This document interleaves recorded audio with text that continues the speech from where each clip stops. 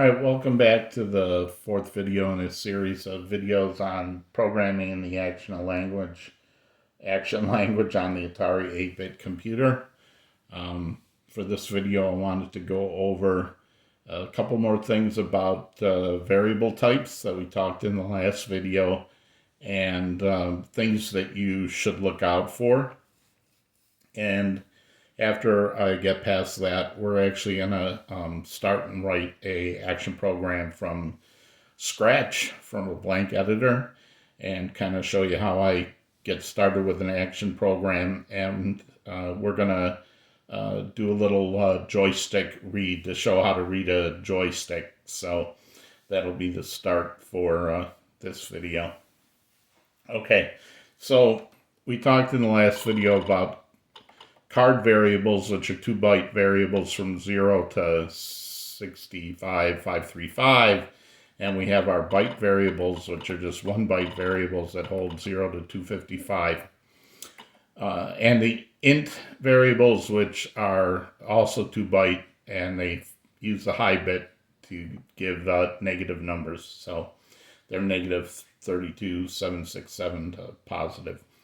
One thing I wanted to talk about here is that action does not have any sort of type checking for you. So it does not check if you pass a card variable or if you pass a card value to a byte variable. It doesn't complain about it in the compiler, and it won't complain about it at runtime, and you might get some odd results. So this is a little example of that here. This is that pause routine we worked on previously, and it takes a card variable so we can have a long delay like 60,000 ticks. And the counter variable needs to be a card too, but let's say I forgot and I left it as a byte. So this counter variable that the for loop is going to go through is using a byte variable to count up to a card value. So what happens here? Does it get up to 255 and stop, or do something different? We're going to take a look. And down here in the main, I just to show the difference, I created a byte variable and a card variable. We're going to call our pause routine with some nice big card number.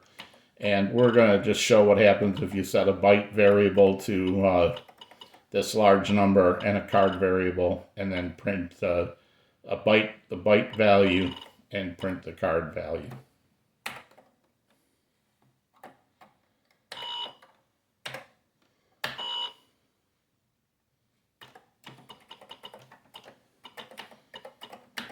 Now, I've usually used set color to go to black, but you can also use, there's an action library routine called poke, which works just like poke in BASIC. It takes a 2 parameters. The first is a card value, which is a 2-byte number from 0 to 65, all of memory. And the second value is a byte variable, which holds the value from 0 to 255 that you want to set in that memory location. So we're going to run that program that has the error in it and see what happens. So it only goes, it actually only counts to 2. It doesn't go to 255. Why is that? Let's go back and take a look. If I substitute the hex value for this number, and I'm going to show you something neat you can do with the action editor. If you hit Shift-Control-S, gives you the substitute function. You can say, I want to replace 65282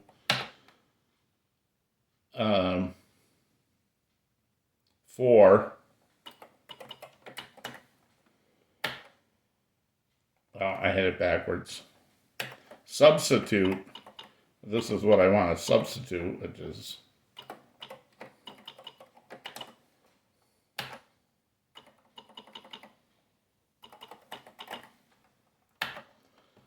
and if I repeat Shift-Control-S, it'll change on subsequent things. So now I can kind of explain what's going on here. If I when this card variable gets passed into the pause routine and counter looks at it, it only takes the first byte, which in 2-byte numbers is always the low byte. So it looks at this 02, and the B value gets translated into FF02 to 02 because it can only hold 1 byte. So if you start seeing some weird things, so like this is a card variable, but this routine only prints out bytes. So if I change this,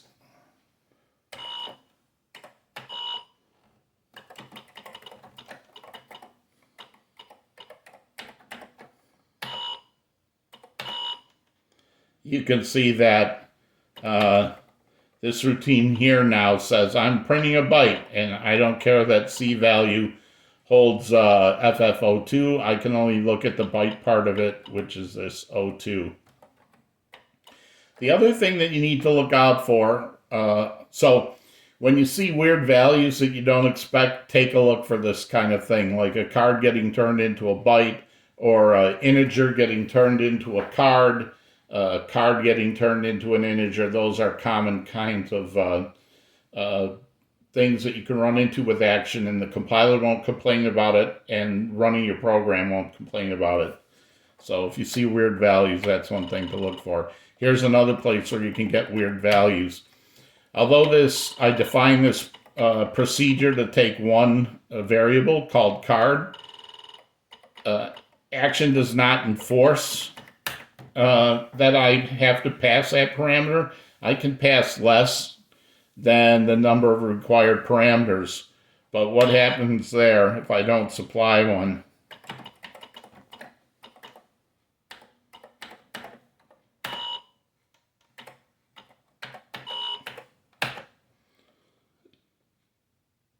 I have no idea what number this is counting to right now because I don't know what variable got 233. So this is a case where, since I did not pass in this card variable, the compiler didn't complain that I didn't pass this parameter, and the runtime didn't say there's no parameter. It just grabbed some random piece of memory wherever the compiler had and uses that as the counter. So those are the things you have to look out for.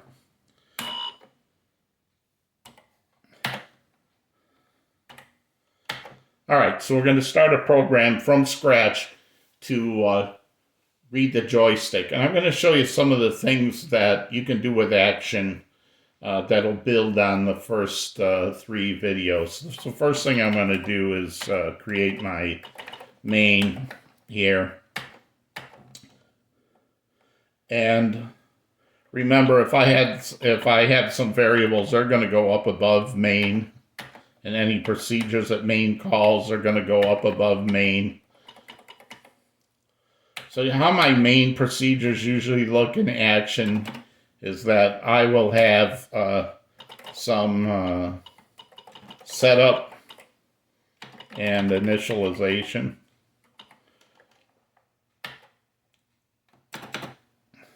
Then a main loop.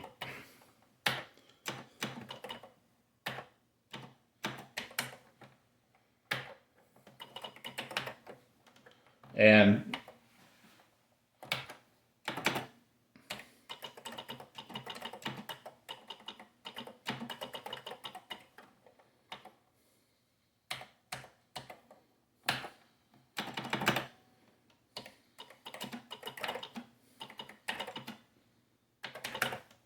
so if you looked at the Conway Game of Life code, or if you looked at the character set display utility, I'll have initialization where I'll set up like display list interrupts, I'll set up a title screen, and so forth. And then in the main loop, for Conway's Game of Life, the main loop consisted of one routine that draws the play field with the joystick, and the second procedure kicks off the life engine and starts generating the objects on the screen.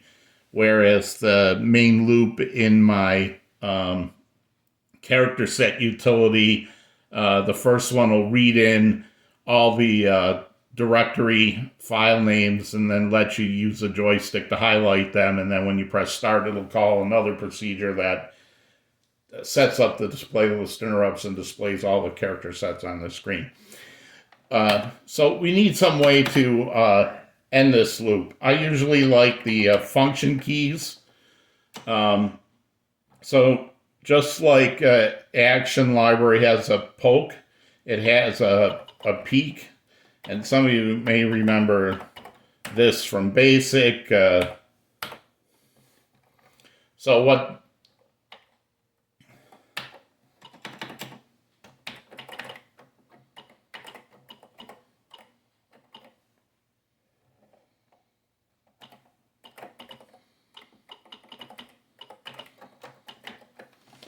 what this does is it looks at the console key and it waits until you press the start key and then it'll end.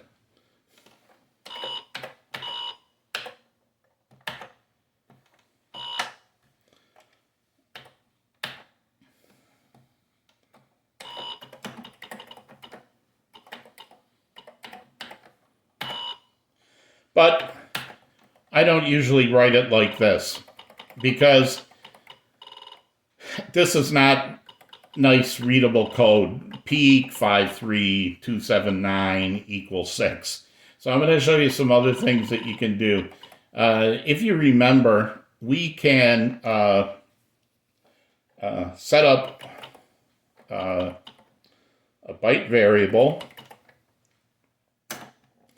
And this is where mapping the Atari comes in. 53279 is a memory location in Atari, has a label for it called console, for the console keys. And if you remember, if we say equal, we can give it an address to start at. To store this variable at 53279. So instead of doing this awkward peek, I can write code that looks like this. So how this is this is going to keep going through the loop, and it's going to keep going until console, which is memory location 53279, contains the value 6. So this is why I don't actually ever use pointers, right? Because console is actually a pointer here to a memory location at 53279 that holds a value. And this is, console is checking the value, not the memory location it's stored at. But you'll see that this works the same way.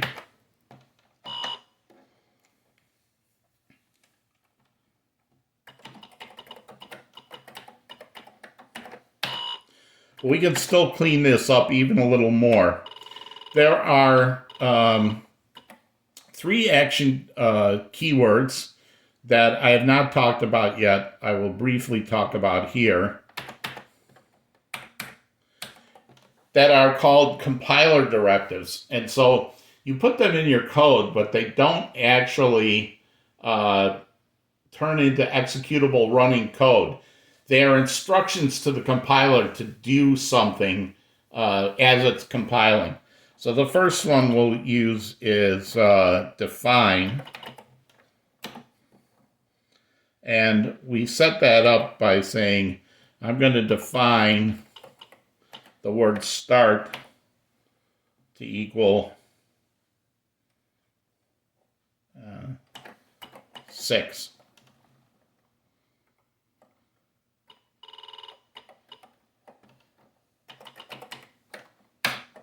So what that tells the compiler to do is when I may not need these quote marks on one of them because I'm shooting from the hip at the moment, but this tells the compiler everywhere you see the word start, I want you to do that, basically that Shift-Control-S, and substitute where you see start and put in a 6 there. Oh, yeah. All right, so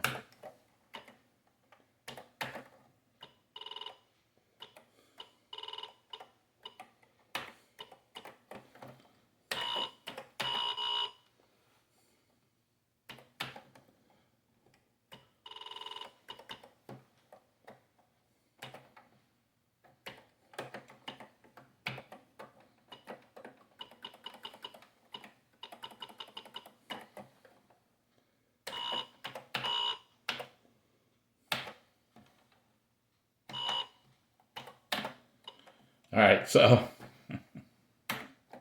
that's it. You define the word without the quotes, and whatever you want to substitute, you put in the quotes. But you can see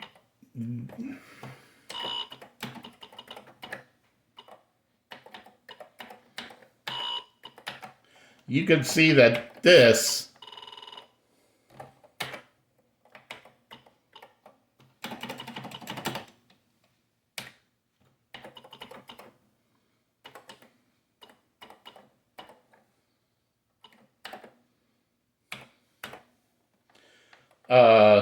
do until console equals start makes a lot more sense to somebody reading your program than do until peak 53279 equal 6.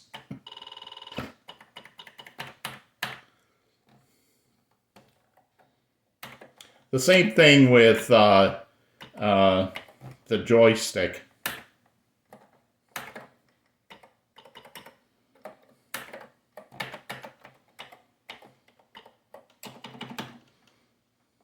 So.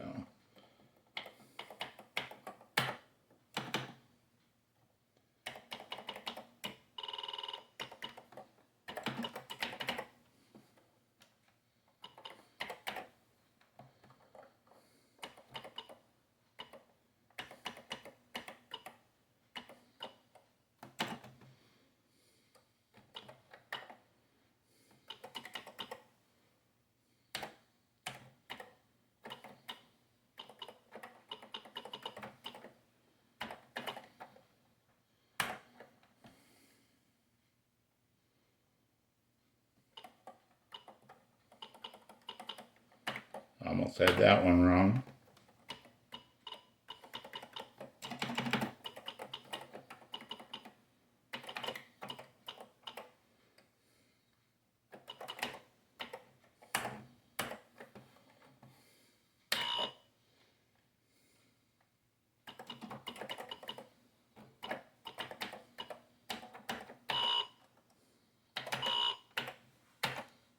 All right, so the joystick is in the neutral position, and as I push it in various directions, you can see it is reading what directions I'm pushing.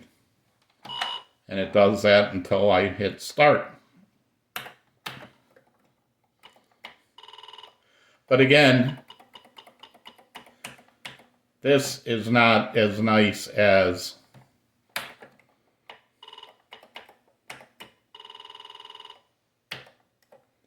and again, here I'm using the actual Atari memory location labels. So one other advantage to using things like console, stick 0, memtop, and the other words from the mapping the Atari is that then you can start reading assembly code and you'll know what these people tend to use these labels. So let's just change this.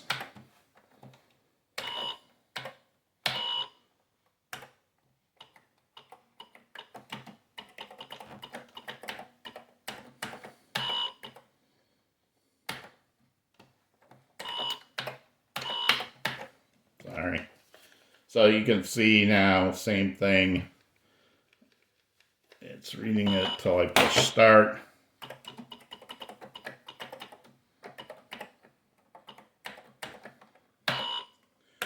Now note that, so you may be saying, well, what's the difference, or why not just use the peak instead of this? Because this is directly accessing the memory location. If I use the built-in library function, I'm calling somebody else's code, and furthermore, the code is in the action library, and I don't even know what it's doing in there. So let us.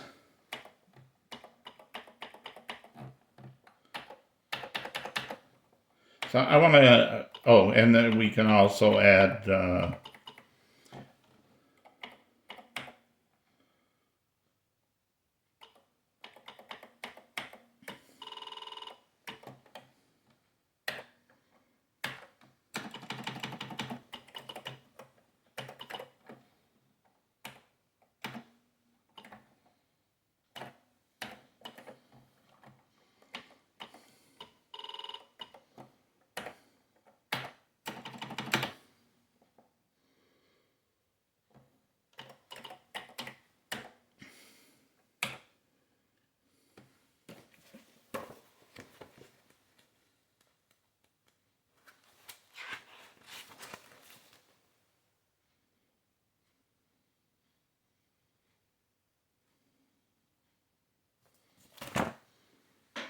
I'm used to it in hex, but I'm using... So I can say until the console equals start, or straight 0 equal pressed. So now my program will run until I press start on the console, or press the trigger. So either one will work. I'm going to go out of insert mode. I just want to talk about joysticks. So as you saw when I'm reading the joystick, it can have any value from 0 to 15. But there's the values that you get, and that's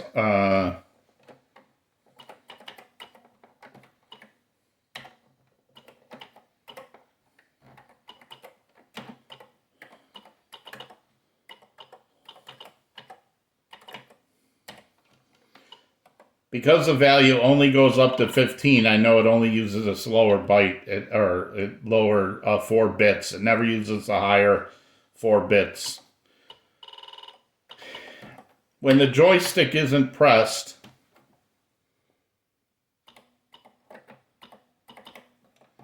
right, and right now you can see I'm in I went to overwrite mode just to show this part.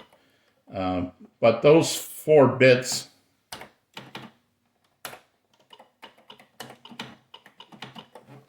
the action editor, you can use it for anything you want.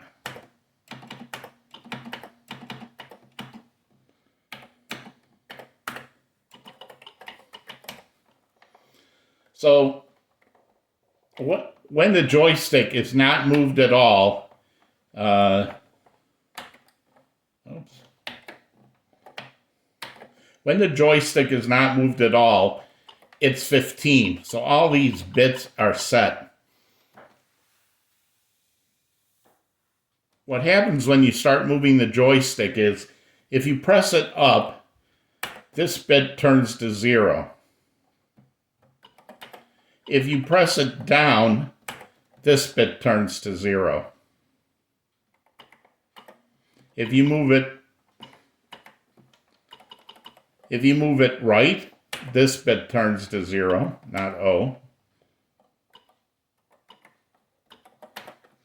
And if you move it left, this bit turns to 0. So that's where the numbers come from when you're reading the... so if you press up on the joystick, this turns to 0, and you get a 14 out of that memory location.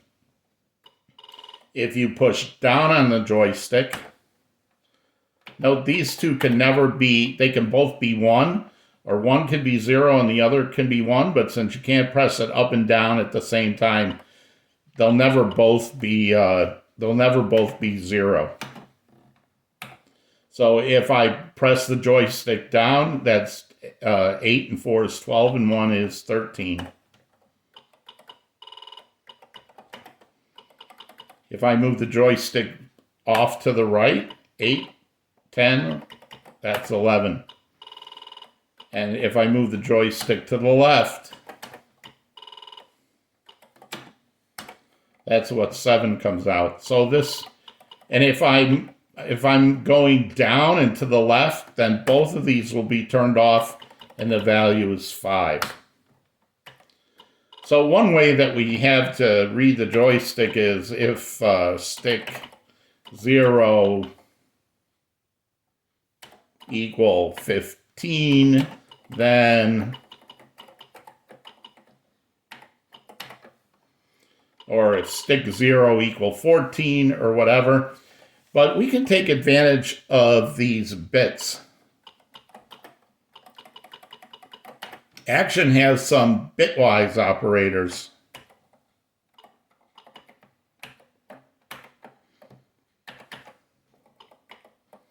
These I'm going back to insert mode, I'm too used to it. Bitwise operators are, the one that we're going to talk about right now is AND. This is a bitwise operator.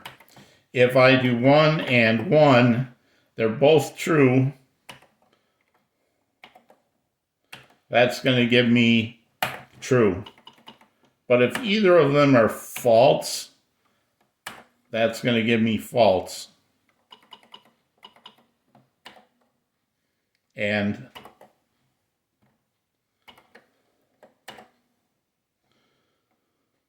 this was the case we don't have to worry about, because with these bits here for right and left direction, they're either both going to be on, or one will be on, or the other will be off.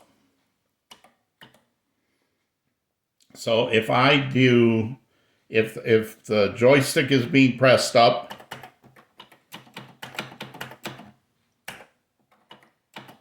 these are the bits. 1, 1, 1, 0. If I and this, you know what, this is a little too deep for today. I think I need to come back and do this. I'm going to show you in the next video. This video is long enough, but we're going to go to I'm gonna actually leave it a little homework for you. So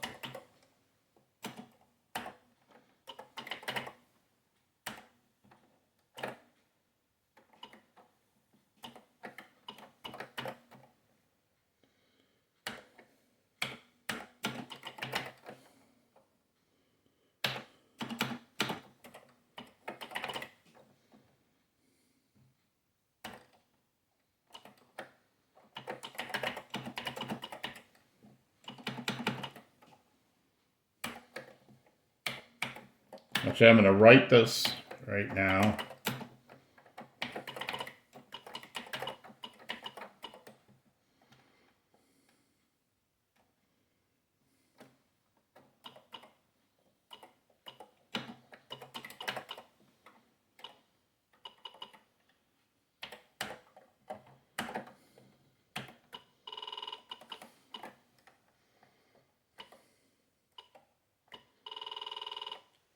Now I could use an else if here.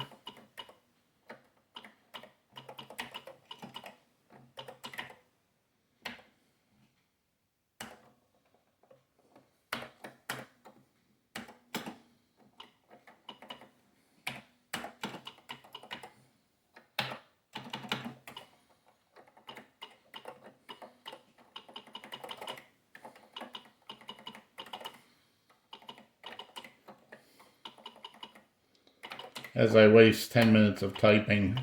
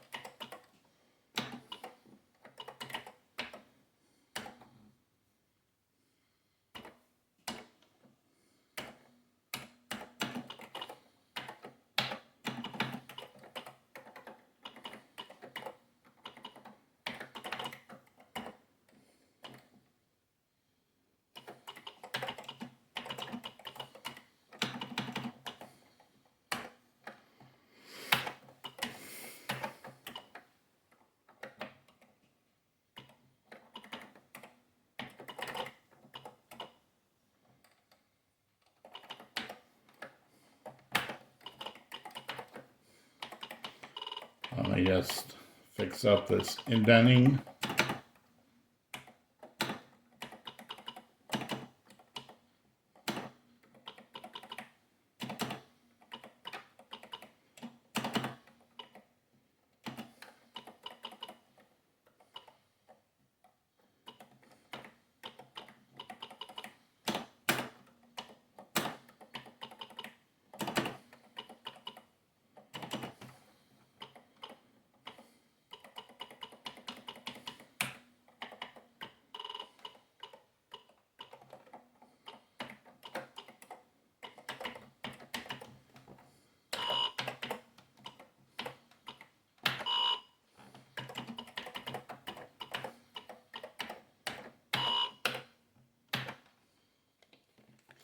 Now right now it's just printing nothing because I'm not moving the stick.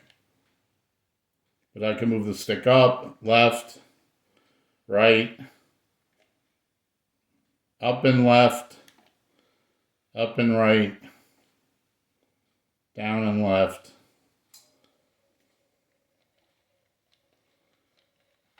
And if I can't see the joystick, but if I press the trigger, that stops it. And I actually have this backwards.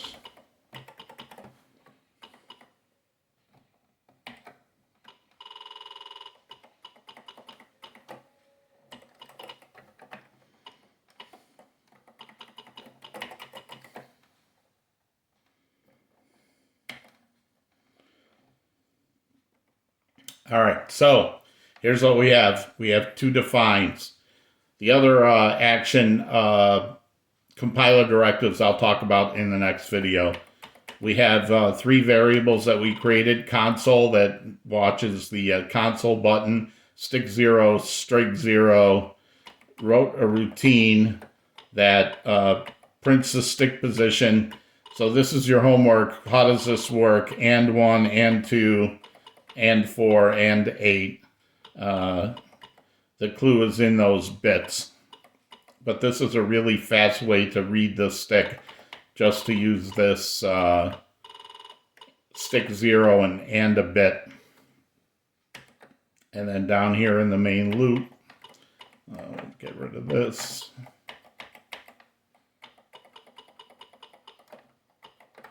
So this will be our main loop. Print the stick until console is start or string is pressed. So in the next video, I will talk about how that how those bytes work. I gave you a start there, and we'll also talk about how to redefine the character set so we can draw a dog on the screen and move it around with the joystick. So that is tonight's action video. Reading the joystick, how to, writing a program, and watching my bad typing skills as I try to type in the dark so I get good video. Okay, I'll see you in the next video. Bye.